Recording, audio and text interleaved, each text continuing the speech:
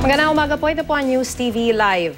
Dalawa ang naiulat na patay na masunog ang hindi bababa sa 300 bahay sa barangay 201 sa Merville, Pasay City. May live report si Cedric Castillo. Cedric.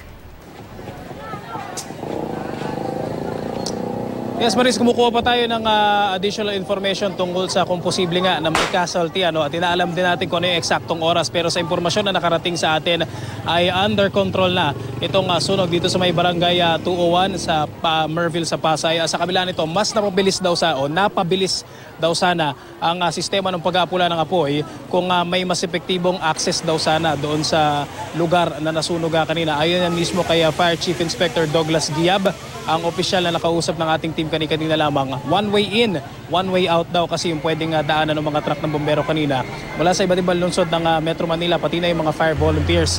Sa initial na investigasyon ay aabot sa 300 mga bahay yung apektado ng sunog dito nga sa area na nasa bandang boundary lamang ito ng lungsod ng Pasay at Parañaque. Naging mabilis daw yung pag-akyat ng alarma na umabot sa general alarm bandang alas 5 kanina nga o ngayong umaga.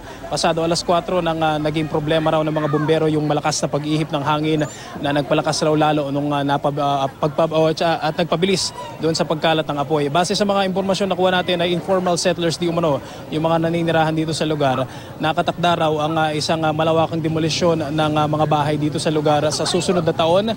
At marami sa mga residenteng namata natin kanina, halos ang wala lang naisalbang gamit. At gaya nga nabanggit natin, patuloy natin inaalam kung may naitalang casualty sa naganap na sunog. Mariz. Maraming salamat, Cedric Castillo.